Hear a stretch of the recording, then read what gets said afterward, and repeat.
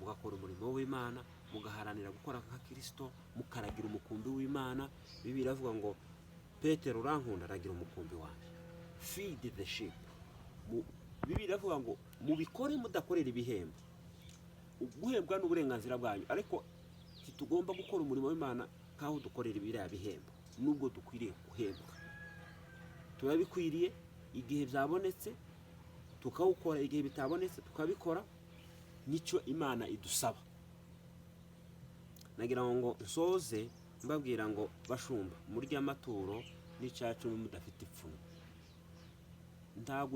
Ntagutekereza ko mwakoze amakosa, kandi mubikore mu buryo bwiza. N'abakristo babimenye, ubabwira ati icyacumi hano ninjuze ukirya, amaturo azakora ibi n'ibi n'ibi, ndahembwa amafaranga ngana gutya.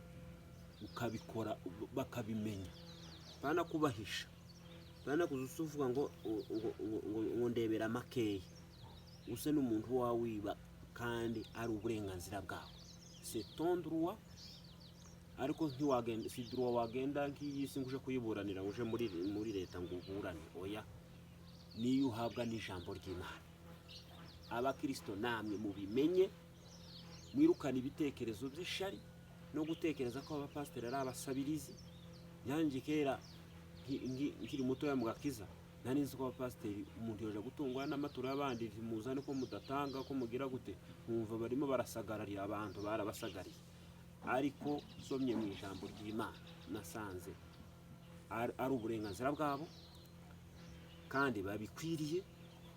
Batabikoze, abapasiteri batabyigisha n'abakristo batabikoze, baragawe bari mu mugayo w'Imana. Kandi Bibiliya yavuze ngo hariho umusaruro ku bantu bakora neza.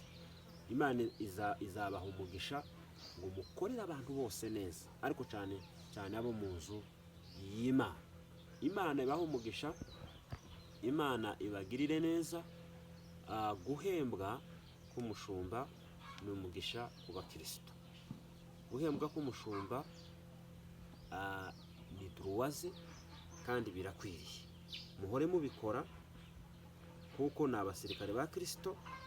Nta musirikare wakorera igihugu ngo yitunge. Nta muhinzi wahinga uruzabibu nta soroma imbuto. Nta waragira inka ngo areke kuyikama.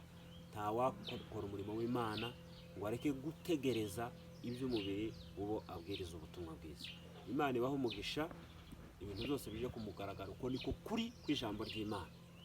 Nta buryajya burimo, nta kwifuza kurimo, nta kindi. Niko kuri kw'ijambo ry'Imana, ubyange ubyemere, niko ijambo ry'Imana rivuga. Abashumba bazabarya amaturo ubimenye, bakarya n'icyacumi kandi kivuye mu bakristo babwirijwe. Ntugire ngo bazabayaha Imana.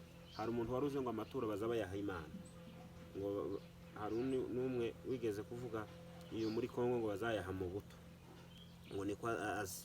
Ariko amaturo ni abashumba bayajya, kandi bakwiriye guhembwa. Mutabikoze muba mukora icyaha. Imana ibaha umugisha, muhinduke mu bitekerezo. Abandi baragutse n'abapagani bamwe bajya babikora mu bindi bihugu bagashigikira abakozi b'Imana, ariko ibihugu byinshi bya Afurika kubera ishari bari mu kurwanya abakozi b'Imana, bakabasebya ngo barya amaturo. Reka bayarye, nibyo Imana yabageneye. Imana ibaha umugisha.